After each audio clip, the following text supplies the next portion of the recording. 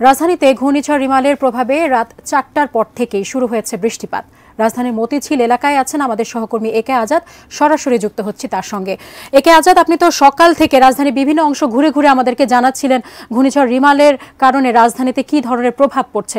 এই মুহূর্তে আপনি যেই জায়গাটিতে আছেন কি অবস্থা দেখতে পাচ্ছেন?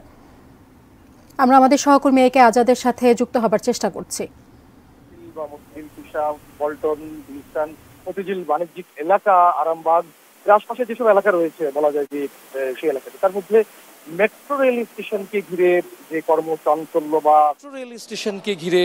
কর্মচাঞ্চল্য বা তৎপরতাগুলো থাকে সেটি বলা যায় যে প্রায় সকাল 7টা থেকে শুরু হয়ে যায়। তো আমরা গত 7:30 সাড়ে 7টা, তার পরবর্তীতে এখন 8:15টার মতো বাজে, এই সময়টা পর্যন্ত দেখতে পেলাম যে এই মেট্রো রেল স্টেশনের যে মতিঝিলে মানুষের ব্যাপক চাপ।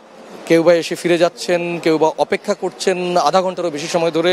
তার কারণটি হচ্ছে উত্তর মিরপুর, কাউরান বাজার, কাজীপাড়া, শেওড়াপাড়া অথবা দূরবর্তী বিভিন্ন গন্তব্যে যারা শুধু দৈনন্দিন কর্মকাণ্ডই নয় বা তাদের অফিস করাই শুধু নয়, নানা ধরনের গুরুত্বপূর্ণ প্রয়োজনে যারা এই মেট্রো রেলকে ব্যবহার করার জন্য এসছেন তারা একটু বিপাকে পড়েছেন। তার কারণটি হচ্ছে যে এখানকার কাউন্টারগুলোতে কথা বলে আমরা যেটি জানতে পারলাম যে বৃষ্টিপাতের কারণে বা যে ঘূর্ণিঝড় রিমালের যে প্রভাবটি রাজধানীতে পড়েছে সে কারণে তাদের কোনো একটি কারিগরি সমস্যা দেখা দিচ্ছে, যার কারণে এখন পর্যন্ত সকাল 7:30 থেকে যেখানে তাদের এই মতিঝিল স্টেশন থেকে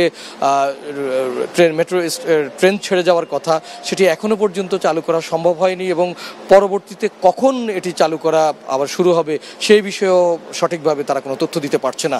যার কারণে এখানে অসংখ্য মানুষ, নগরবাসী, রাজধানীবাসী তারা বেশ খানিকটা বিপাকে পড়েছেন। কেউ বা তাদের জরুরি কিছু প্রয়োজনে যদি আগে থেকে ঘোষণাটি পেতেন, কারণ আজকে রাজধানীতে যে বৃষ্টিপাত হবে আবহাওয়া অধিদপ্তরের পক্ষ থেকে কিংবা গণমাধ্যমগুলো, যথাযথ কর্তৃপক্ষ অনেকেই জানতে পেরেছেন, যেখানে সংশ্লিষ্ট মন্ত্রণালয়গুলোও বৈঠক করছে, দুর্যোগ ব্যবস্থাপনা মন্ত্রণালয় থেকে শুরু করে অন্যান্য মন্ত্রণালয়, স্টেক হোল্ডার যারা রয়েছেন।